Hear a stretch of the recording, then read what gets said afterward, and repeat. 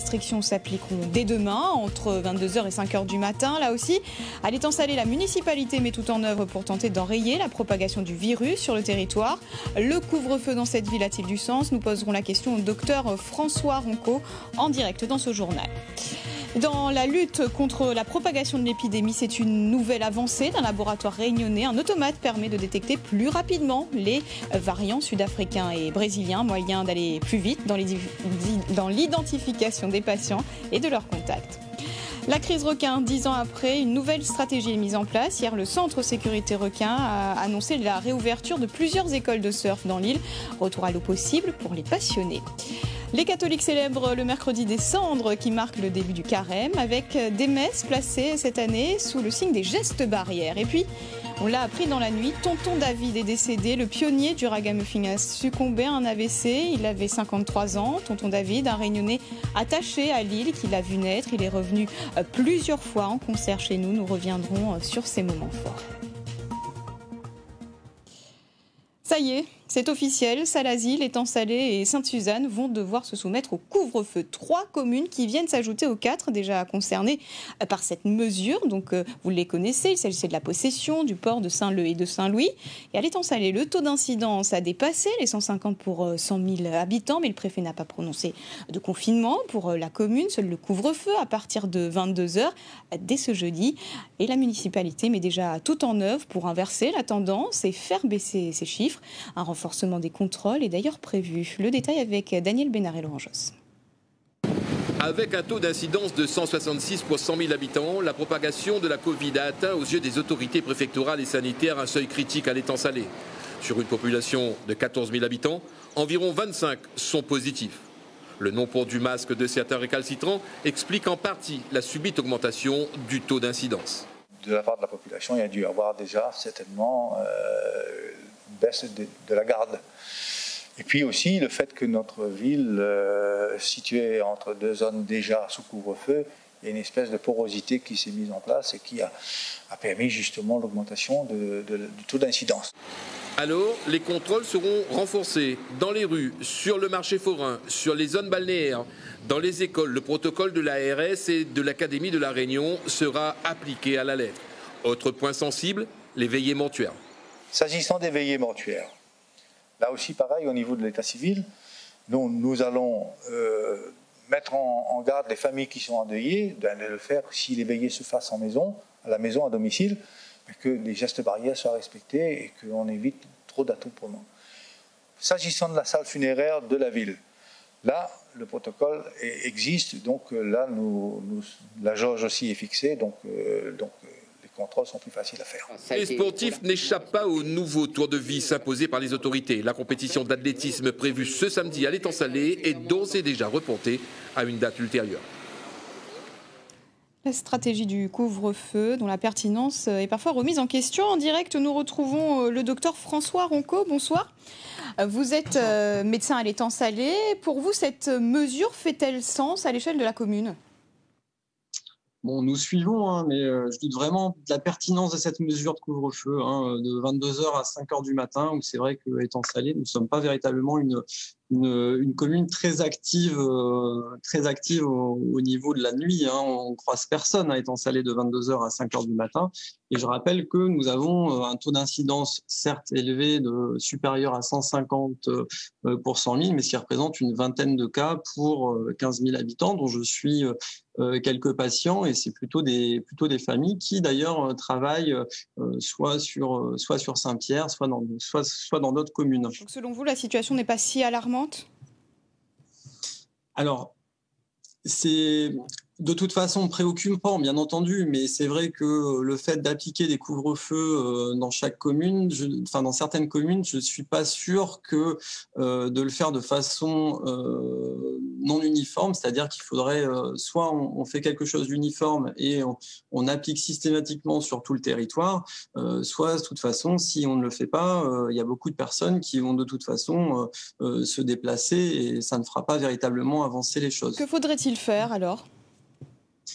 Moi, ce que j'aimerais bien ce que j'aurais bien aimé avant, c'est déjà cette semaine que, vu que le nombre de cas a augmenté, que nous adaptions un petit peu déjà les mesures de renforcer, d'organiser les dépistages, donc que ce soit fait en fait par l'ARS et dans certains milieux, par exemple dans les marchés forains, organiser, cibler aussi au niveau de la plage et puis renforcer l'éducation avec le port du masque, les gestes barrières, toujours à réexpliquer un petit peu à la population. Ne pas relâcher les comportements, davantage de tests. Merci beaucoup, Dr Ronco, pour votre intervention ce soir. L'étang salé, Salazie, Sainte-Suzanne, concernés par les nouvelles mesures. Et demain, le maire de Sainte-Suzanne, Maurice Géroncel, sera l'invité de la matinale à 7h10 sur Réunion la Première, en radio, en télé et sur Internet. L'épidémie gagne du terrain et ce qui inquiète davantage, ce sont les variants. Et une prouesse a été réalisée chez nous en matière de détection des cas sud-africains et brésiliens. Un laboratoire privé a mis au point des automates qui permettent d'isoler ces cas plus rapidement et ainsi d'agir plus vite sur leurs contacts potentiels. Explication Michel Bertil, Alexandra Pêche. Dès aujourd'hui, le laboratoire qui analyse depuis le début de l'épidémie les échantillons de SARS-CoV-2 sera aussi en mesure de détecter la présence de variants. Il vient de s'équiper de nouveaux automates permettant le criblage de tests RT-PCR ou antigéniques positifs et peut ainsi en quelques heures déterminer la nature de la mutation. Compte tenu de la grande contagiosité des variants britanniques, sud-africains et brésiliens, les patients peuvent être rapidement mis à l'isolement. Alors c'est un gain de temps parce que ces variants d'intérêt, on doit tout de suite réagir avec les gens pour les isoler. En fait, l'isolement des patients porteurs de variants est différent. Un patient qui a un Covid non variant, c'est 7 jours d'isolement, alors qu'un variant sud-africain et brésilien, c'est 7 à 10 jours d'isolement. Donc on doit tout de suite assurer le contact tracing pour ces patients. Important donc pour limiter la diffusion du virus sur le territoire. En une demi-journée, les résultats s'affichent ici sur ces ordinateurs après plusieurs manipulations des échantillons. Ces courbes sont des signaux lumineux suite à de l'ARN qui a été multiplié. Nous avons un signal pour du Covid qui n'est pas muté, 2 signaux pour un variant sud-africain brésilien et 3 signaux pour un variant anglais. Le laboratoire analyse entre 1 millier à 1500 échantillons de SARS-CoV-2 par jour. Avec cette technique, il fait donc un tri des résultats avant de les envoyer à l'UMR PIMID de l'université pour un séquençage de confirmation. Et les chiffres augmentent encore dans le département. 661 nouveaux cas de Covid confirmés entre le 10 et le 16 février, soit une moyenne de 94 nouvelles contaminations par jour. Une patiente d'une 60aine d'années est décédée. Un nouveau point des autorités cet après-midi sur l'épidémie. Pas de conférence de presse finalement, Jean-Marc Ollienne, mais un communiqué de la préfecture qui est tombé il y a une demi-heure et dont on va découvrir avec vous les principales mesures, à commencer par le couvre-feu dans 3 nouvelles communes. Oui, il n'y a pas eu de surprise. On savait depuis hier que 3 communes avaient dépassé le seuil de déclenchement du couvre-feu. Donc ces 3 communes, Salazie, Sainte-Suzanne et l'étang salé, qui étaient en jaunière, rejoignent les 4 communes déjà sous couvre-feu. C'est à partir, attention, de demain, dès demain, 22h, donc couvre-feu jusqu'à 5h du matin. Là aussi, c'est pour 15 jours, donc jusqu'au 4 mars. C'est confirmé pour les 4 autres, ça se prolonge jusqu'au 28 février. Ça veut dire qu'à partir de demain, on aura donc 7 communes en couvre-feu à partir de 22h. Et attention, 3 communes ne sont pas très loin du seuil de déclenchement du couvre-feu. 3 autres communes, il s'agit de Saint-Pierre, Saint-Paul et Sainte-Rose. Le préfet annonce aussi le renforcement d'une série de mesures sanitaires, Jean-Marc. Oui, d'abord pour les cérémonies funéraires, c'est vrai que c'est un point sensible. On sait que plusieurs clusters ont été déclarés à la suite de ces cérémonies. Et bien à partir d'aujourd'hui, distanciation renforcée pour les cérémonies, les veillées funéraires, 2 mètres entre les personnes et 8 mètres carrés par personne. Il y a également au niveau du sport des mesures qui sont prises avec réellement un coup d'arrêt, annulation de toutes les manifestations, rencontres, compétitions dans toutes les disciplines. La pratique des sports collectifs et de combat de contact est interdit. Entraînement, ok, en revanche, on peut continuer à s'entraîner, mais avec la distanciation de 2 mètres. Et puis des mesures également au niveau du travail, le télétravail renforcé. La préfecture impose désormais dans l'administration une série de mesures comme le télétravail renforcé. Objectif 4 jours de télétravail par semaine. Les réunions de plus de 6 personnes doivent se faire en visioconférence. Port du masque obligatoire évidemment dans les espaces partagés. étrangers et les entreprises privées sont invitées à respecter les mêmes règles. Et on a aussi ce soir les nouveaux chiffres de l'épidémie. Là aussi, le communiqué de l'ARS vient tout juste de tomber. Oui, alors tous les indicateurs sont à la hausse, ça vous l'avez dit, 661 nouveaux cas.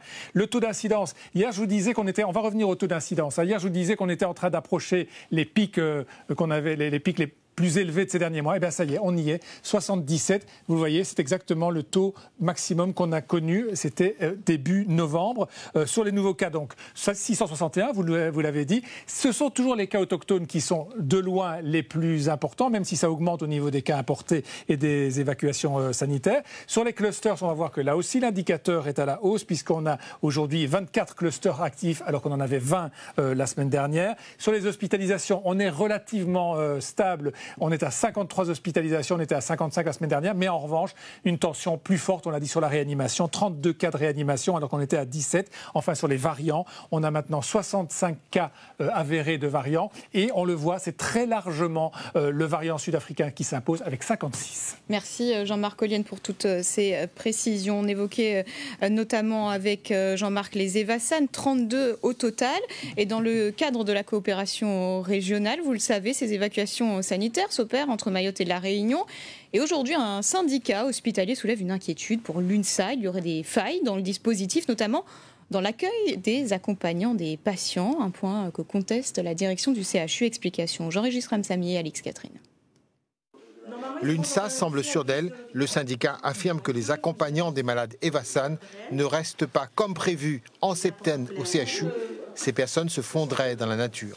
Certaines personnes accompagnant certains patients, donc surtout les mineurs, ne restent pas en septaine au niveau de l'établissement, puisqu'ils font partie de ces fameux Evassan, et qu'ils sont dans la nature. Donc là, à ce moment-là, on ne sait pas, nous, on n'a aucun contrôle là-dessus, et ce n'est pas non plus le rôle non plus de nos collègues soignants de faire le rôle de gendarme dans les services. Il y aurait quelques 70 cas d'Evassan dans notre île, peut-être autant d'accompagnants. Des accompagnants officiellement qui ne sont pas porteurs de Covid. Qui dit vrai? À la dernière conférence de presse de l'ARS, le directeur du CHU assurait que les accompagnants étaient sous bonne surveillance. La septaine est assurée sur le CHU de La Réunion, il n'y a pas de sortie des accompagnants du CHU et il y a un test systématique des accompagnants avant de venir et à J+7 pour respecter parfaitement les processus de septaine. L'UNSA souligne que ce ne sont pas les transferts sanitaires de Mayotte qui sont en cause, mais le système de suivi. Cette annonce risque de renforcer le camp de ceux qui pensent qu'il faut isoler notre île. Tout cela survient aussi en raison d'un manque des effectifs.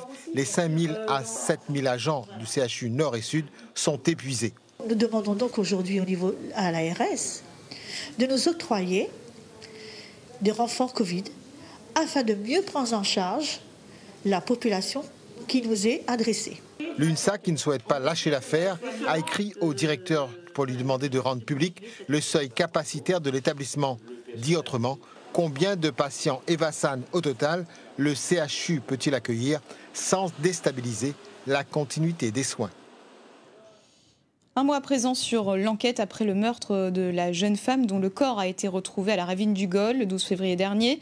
La section de recherche a procédé à de nombreuses auditions, nous dit le parquet de Saint-Pierre.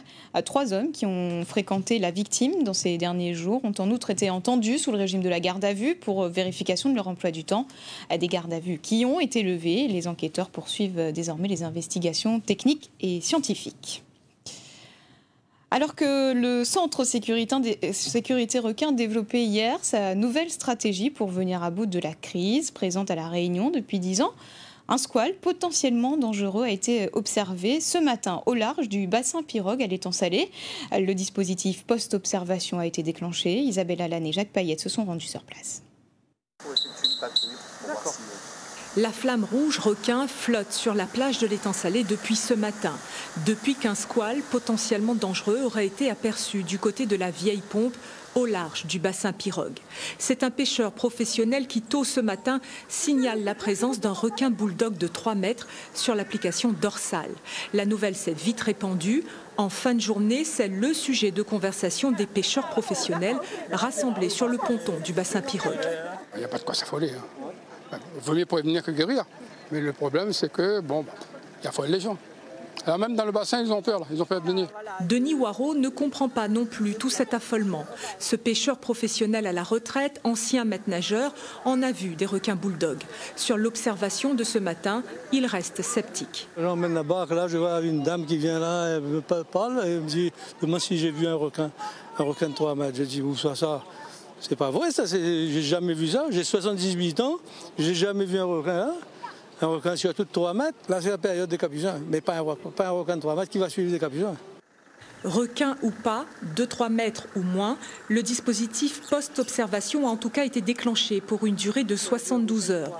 Pendant toute cette période, la flamme rouge requin sera hissée et la baignade interdite sur la plage de l'étang Salé. Dans ces conditions, la pratique du surf est devenue un rêve lointain pour les passionnés de l'île. Mais l'espoir de renouer avec les vagues est désormais permis. Les autorités ont annoncé le retour de 3 écoles de surf. Comment réagissent les premiers concernés? Élément de réponse avec Nathalie Roujou et Thierry Chenaillé.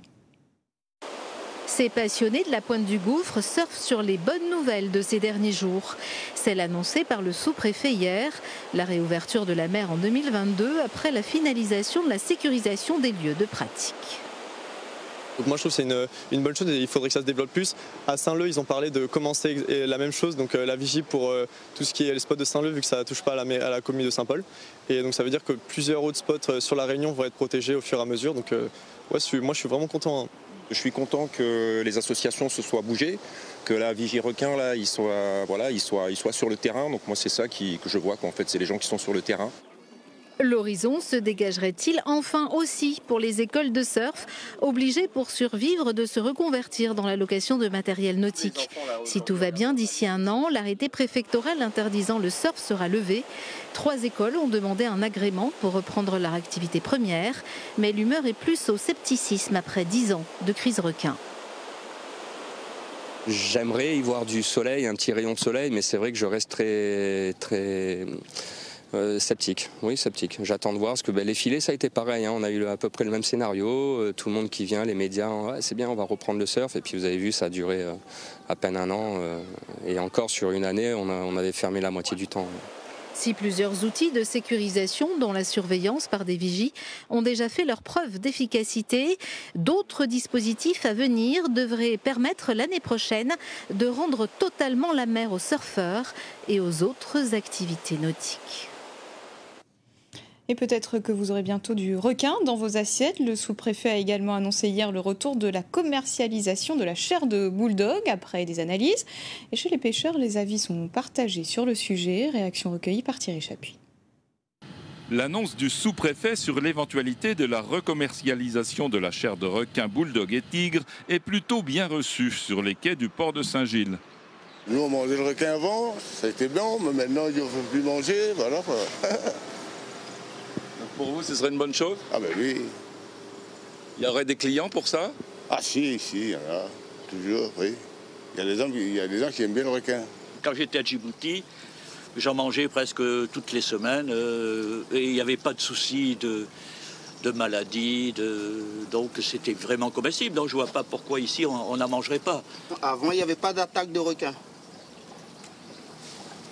Et là, vous pensez que repêcher le requin, ça va diminuer la population déjà, parce que c'est un truc qui évolue vite dans la mer.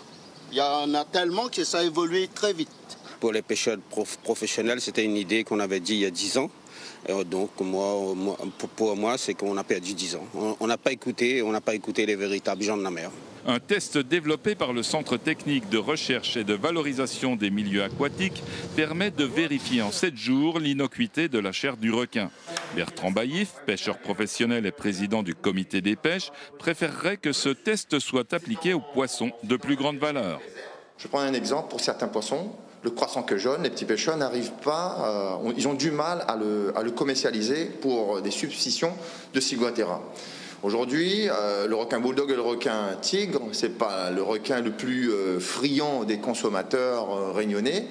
Certes, on a mangé autrefois, je veux dire, c'est pas pour nous un plus pour dire que s'il y a une commercialisation de chair de requin, que les pêcheurs pourrait voir ça d'un immense exploit. L'interdiction de vente des requins remonte à 1999.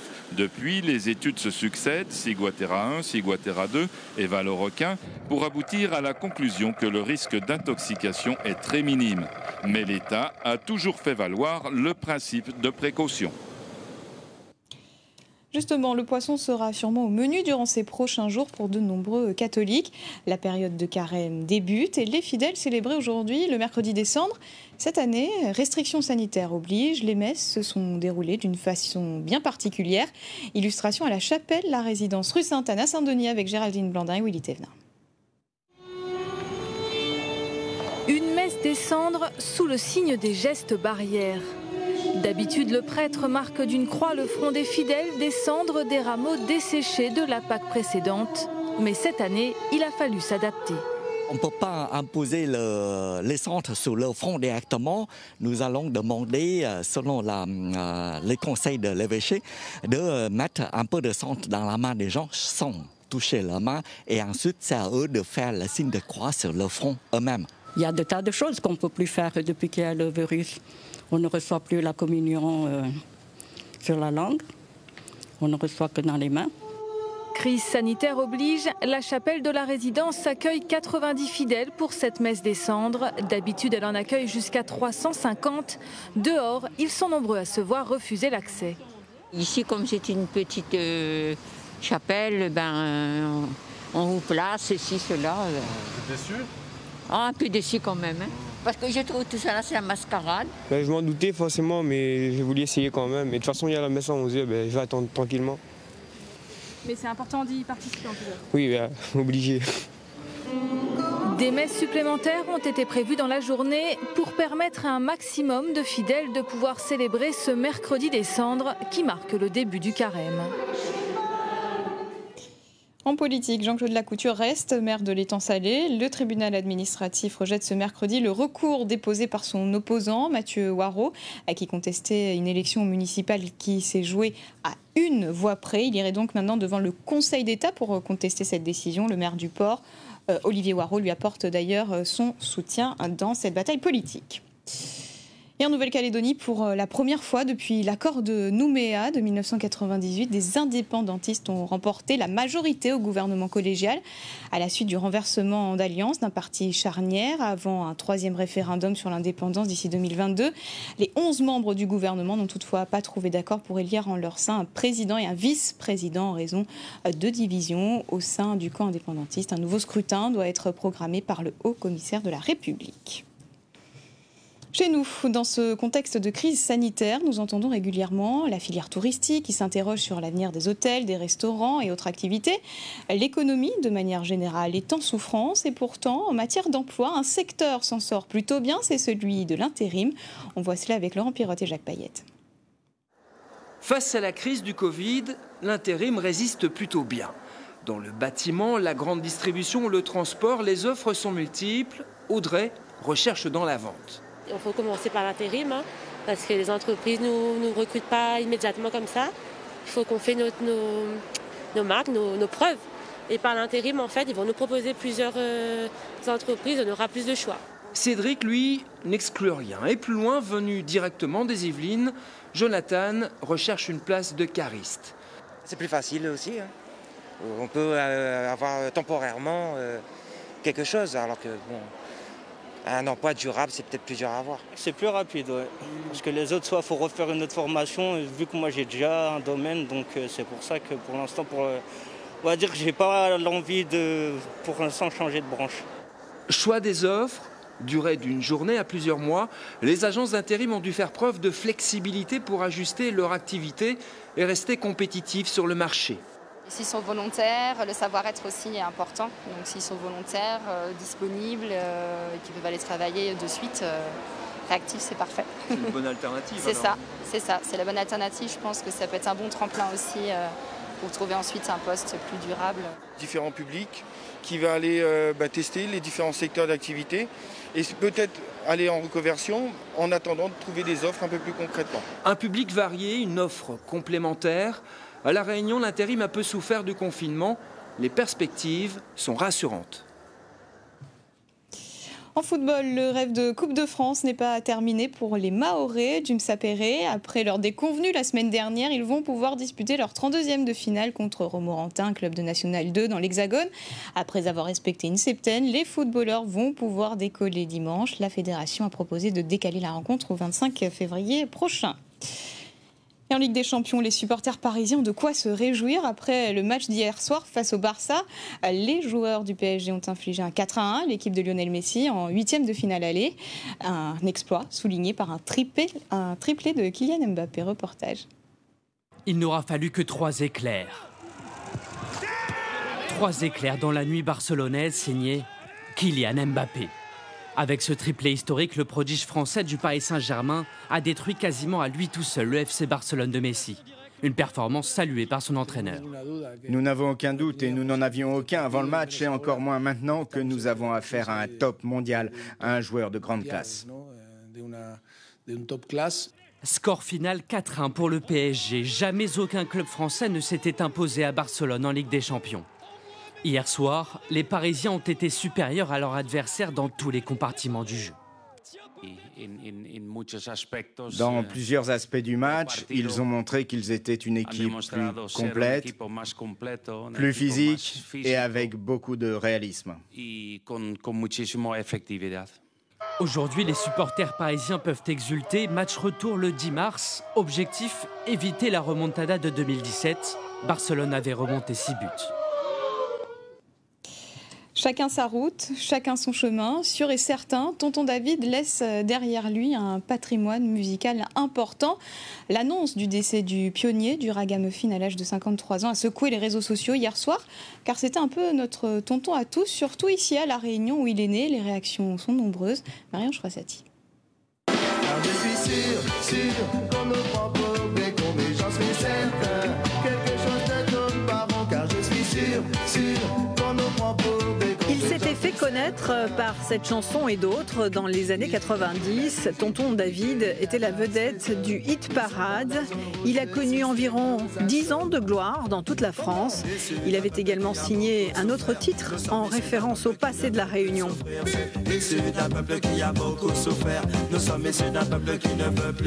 Respectivement opérateur prise de vue et réalisateur à RFO, Bernard Delanglard et Patrick Nirlo ont gardé une photo souvenir avec Tonton David. Cette photo, c'est à l'époque qu'on on avait une émission qui était en direct sur RFO, ça s'appelait Fil Rouge, présenté par Jean-Philippe Stener. Et ce jour-là, on a reçu Tonton David et on avait fait, comme souvent on le faisait, on faisait des photos souvenirs avec les artistes qu'on recevait sur le plateau. Et Patrick Nirlo se souvient également que le papa de Tonton David, Gray Ramon, employé de la Poste et musicien de bal, jouait du Sega et qu'il habitait avec sa famille dans la rue Nicole de la Serve à Saint-Denis. Une rue où aujourd'hui les moins de 30 ans ne semblent pas connaître l'artiste disparu. Tonton David, vous connaissez ? Non, je connais pas. J'ai entendu parler, mais je connais pas. Je pense que je l'ai entendu quand j'étais petit, mais ça me dit rien de plus. Je l'ai connu à travers les médias, à travers la télé. J'ai entendu ses chansons, mais je ne savais pas qu'il était déjà originaire de l'île et surtout qu'il habitait dans le quartier. J'ai oublié les paroles, mais je m'en souviens très bien de lui avec sa coiffure, tout ça. On entendait beaucoup sa chanson, car j'en suis sûre. Qu'on me propose des cons, mais j'en suis certain. Et là où Tonton David aurait vécu tout bébé avant que sa famille ne déménage en métropole, la plaque de la rue porte aujourd'hui comme une pensée. Et Tonton David est venu plusieurs fois en concert dans son île natale. David Gramont, de son vrai nom, a traversé les générations et à chacun de ses passages, le public se déplaçait en masse. Retour sur ces moments forts avec Marianne Choissati. Considéré comme l'un des pionniers du reggae en France, Tonton David avait donné son dernier concert à La Réunion en 2016.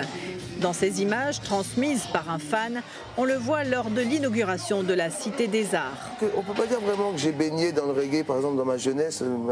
J'ai baigné dans tout ce que j'ai pu écouter sur la FM. Mais ça a été la musique qui m'a donné envie un jour d'écrire des textes et de composer. Merci La Réunion quand même.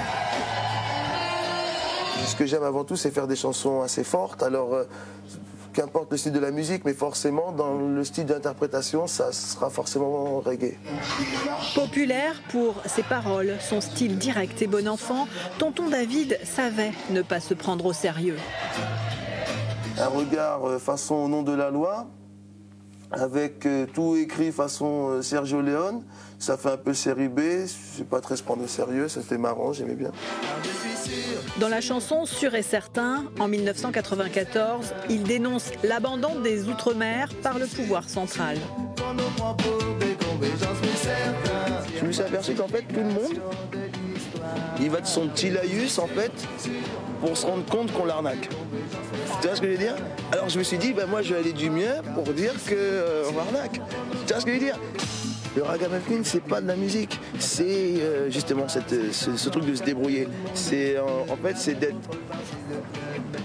pas pour le vol, mais pas pour la police, quoi. Surtout oui que je suis pas là pour bluffer, mais ma femme me sait que je suis comme un prisonnier. Elle me fait la misère, je ne sais comment m'en sortir. J'ai vraiment envie de bouger tellement elle me fait souffrir. Ah, j'ai mal un car y penser ça dans l'oreille. J'ai expliqué, après un concert, je suis allé faire la fête avec des potes. Il faut pas avoir l'air d'un mec aigri quand tu fais de la musique, parce que tu es forcément heureux quand tu fais de la musique. Une nouvelle brutale qui a ému ceux qui l'ont côtoyé. Bonsoir Johnny Hospital. Bonsoir. Vous êtes producteur d'événements à La Réunion. Vous avez eu l'occasion de collaborer à plusieurs reprises avec Tonton David. Vous le confirmez déjà, les Réunionnais venaient en masse au concert. Vous avez vu réagir. Oui, tout à fait, oui. J'ai vu le sujet avec beaucoup de plaisir. C'était... Moi, je l'ai appris hier en rentrant de prestations et par les réseaux sociaux. J'ai cru à un fake news d'abord et ça s'est confirmé après. C'était un choc, comme un choc qu'on reçoit quand un ami ou un proche disparaît subitement. Mais on est touché. Parce que la relation professionnelle s'est transformée très rapidement en relation amicale. Tout à fait. De 1994 à 2004, on a fait plusieurs concerts, plusieurs dates ensemble, des tournées à l'île Maurice et tout. Et donc, au-delà du travail, s'est lié une amitié. On s'est revus plusieurs fois chez lui, en banlieue parisienne, avant qu'il déménage. Et bon, ça fait une dizaine d'années quand même qu'on s'est pas vu, mais on s'est appelé de temps en temps, on s'est fait des petits mots. Justement, quand vous pensez à Tonton David, quels souvenirs reviennent ? Alors des souvenirs, des anecdotes, il y en a plein, mais il y a une belle histoire puisque si on se remet en 1994, il y avait chacun sa route qui sortait, il avait tout explosé, l'album était bourré de hits et il avait une sacrée équipe autour de lui, il avait des musiciens jamaïcains. Et sa production, son tourneur Garance de l'époque, nous contacte parce que en fait la maison de disques avait besoin. C'était quoi ce black qui débarquait dans le paysage du showbiz français? Il y avait Yannick Noah, il n'y avait pas grand monde de couleur, et on savait pas trop d'où il venait, c'était quoi un Antillais, etc. Et la maison de disques voulait absolument qu'il y ait un rapprochement au niveau de la Réunion, de savoir d'où il venait, comme Bob Marley vient de la Jamaïque, etc. Et donc, il nous avait confié de faire son premier concert. Et donc, avec Philippe Caponi, et moi, on se dit, bah tiens, allons faire un concert unique, on va voir. Et donc Tonton débarque, il ne sait pas trop, la Réunion, le public réunionnais ne le reconnaissait pas avant, il n'avait pas une grande estime, il y avait juste un petit succès avec Peuple du Monde. Et là, il est arrivé et le stade de l'Est plein à craquer, sold out, et il monte sur scène hyper ému, les larmes aux yeux, et pendant de longues minutes, il n'arrive plus à parler. Tonton David reste figé et les gens en standing ovation en train de l'applaudir, mais a pu s'arrêter. Et ça, c'est un moment super fort parce qu'on a, jusqu'à maintenant, j'en ai encore les frissons. Le tonton ému aux larmes devant son public réunionnais qui le reconnaissait pour la première fois dans un vrai concert avec ça. Ça, c'est le moment le plus fort et je garderai vraiment ce souvenir-là. Parce que c'était vraiment de belles années et 94, ça ne nous rajeunit pas. Et on a presque terminé. Votre chanson préférée de Tonton David ? Sûr et certain. Sûr et certain. Merci beaucoup, Johnny. Puisque c'est une chanson d'actualité quand même, et je crois qu'aujourd'hui, elle est encore plus vraie quand on décortique les textes en tout cas. Merci, Johnny Hospital, d'avoir réagi ce soir sur le plateau de Réunion La Première. Merci en tout cas de m'avoir permis de de m'exprimer. Autre réaction, celle d'Éric Siard. Il a édité plusieurs hits de Tonton David. Il a côtoyé le prince du reggae depuis la fin des années 80. Et il nous parle de sa carrière et de ses paroles qui ont traversé les frontières. On l'écoute. Tous les hits de David sont arrivés en Afrique et bien au-delà, dans toute la zone francophone. Dans toute la zone francophone, on connaît la musique de Tonton David et autres, même si je dirais que beaucoup de gens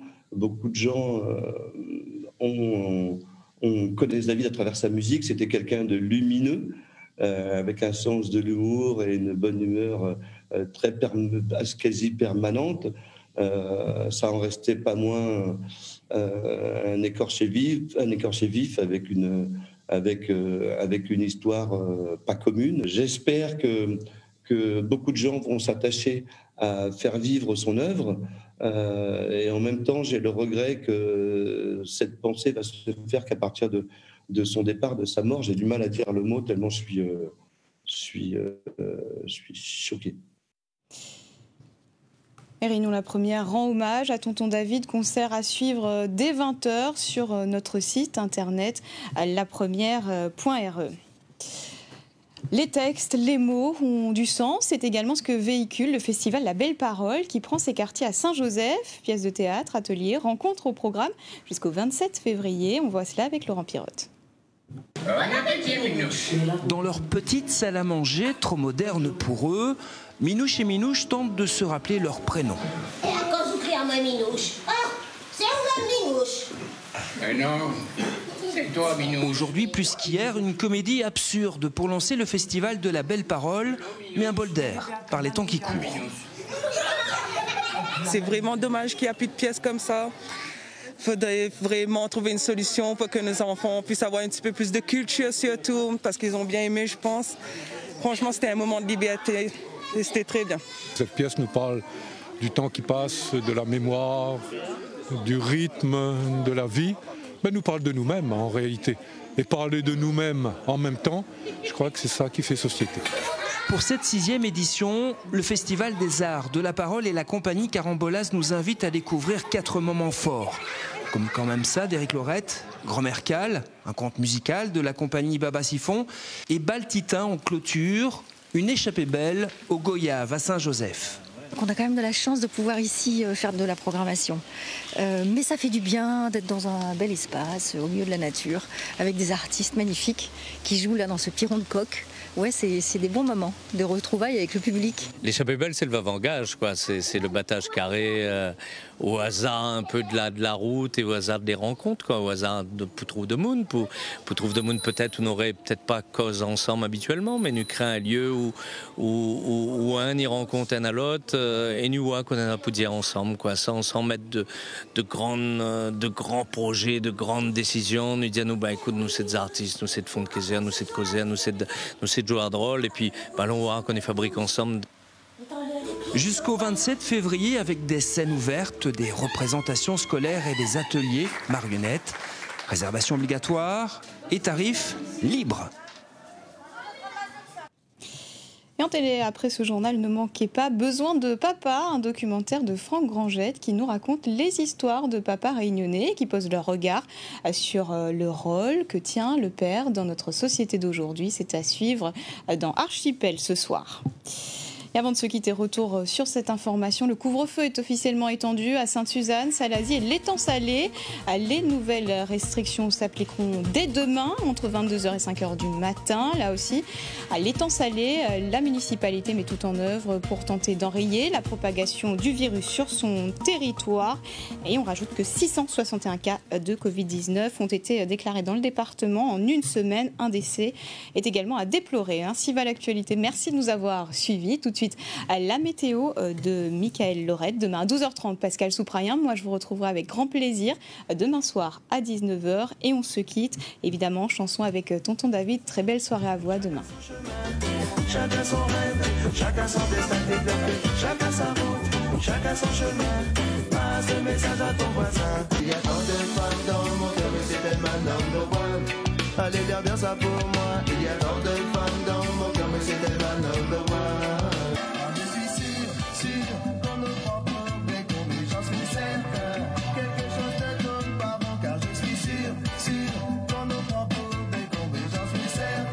issus d'un peuple qui a beaucoup souffert. Nous sommes issus d'un peuple qui ne veut plus souffrir. Issus d'un peuple qui a beaucoup souffert. Nous sommes issus d'un peuple qui ne veut plus souffrir. Mais le soleil brille pour tout le monde pareil, et l'air n'est pas rationné. Danse, jeune fille, prends ton pied, personne ne peut t'interdire de danser. Il marche en but sans s'arrêter, à se demander où ce soir il va pouvoir coucher. Il dort dans le froid, hiver comme été, soit dans un parc ou dans une cage d'escalier. Il marche en but sans s'arrêter, à se demander où ce soir il va pouvoir coucher. Il dort dans le froid, hiver.